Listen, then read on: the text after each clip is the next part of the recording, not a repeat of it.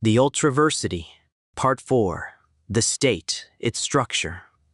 It was stated in the previous section that the ownership of each man by all other men gave human society its right and responsibility to require the individual to conform to its pattern, and conversely that the ownership of all men by each man gave the individual his claim on society. This is the fundamental interlinking of all individuals that weaves the fabric of society, that builds the structure of the state, and that organizes the tissues of the superorganism. The superorganism of human society is morphologically superior to the structural nature of the individual human being, and so is the subform of the superorganism, the state, nation, or community. Nevertheless, it has functional characteristics in common. The superorganism, in whatever magnitude it is organized, requires the equivalent of tissues, muscles, bones, organs, nerves, senses, etc. And these will function in nation, community, or the whole superorganism, as do the equivalent parts in man under the pattern set by nature. The superorganism requires organs that will handle the problems of nutrition, maintenance, control, growth, thinking, communication, distribution, etc. Just as the organs in the human body are made up of highly differentiated cells adapted to their specialized purposes, so will the organs of the superorganism be made up of individuals whose particular types of abilities fit them for specialized duties. With these particular types of abilities go particular types of responsibilities, which, in turn, carry particular rights.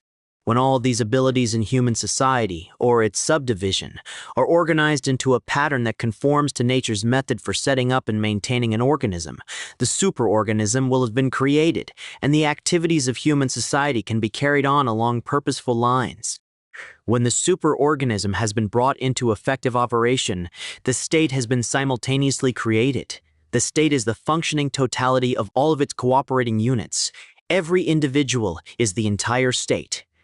However, the ability of the individual to function as the entire state is infinitesimally localized by the limited capacity of his body, and also by the fact that every other individual is also the entire state. Every individual who functions in any capacity in the state does so, not only on his own behalf, but also as part of the extension of the body of every other individual. Every individual contributes everything that he can that all, including himself, may achieve the greatest benefits. Every individual serves in the state according to his abilities. He can serve in no other way. The possession of particular abilities determines the manner of service to be rendered. The possession of ability is a matter of natural endowment. The natural endowments of an individual is not a matter that is subject to control by majority vote. They must be accepted as they exist.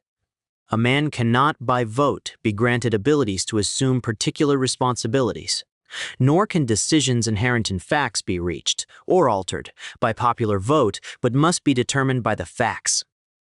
In a state, therefore, the selection of men to perform duties cannot be made at elections, and neither can problems be solved in such a way.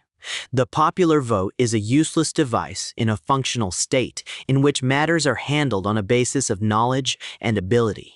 When the state, or superorganism, is properly organized, the internal operations are almost entirely automatic, just as the routine processes in the body are successfully conducted without continued direction from the conscious portions of the brain.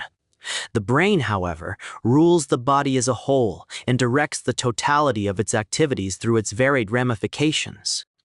In the state, the brain is the ultraversity, heretofore described, and it must set the pattern for all other functions and mechanisms on the basis of knowledge of nature's methods, and not under the dictates of popular vote or any other control.